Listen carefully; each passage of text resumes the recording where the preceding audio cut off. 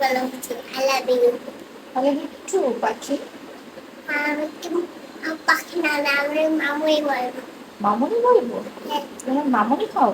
হ্যাঁ। ঠিক আছে, বললাম মামনি। আর কিছু বলতে চাও আম্মুকে? হ্যাঁ। কি বলতে চাও? কমেন্ট শেয়ার লাইক শেয়ার করে দাও।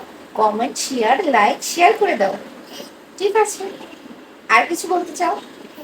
আর কি বলতে চাও?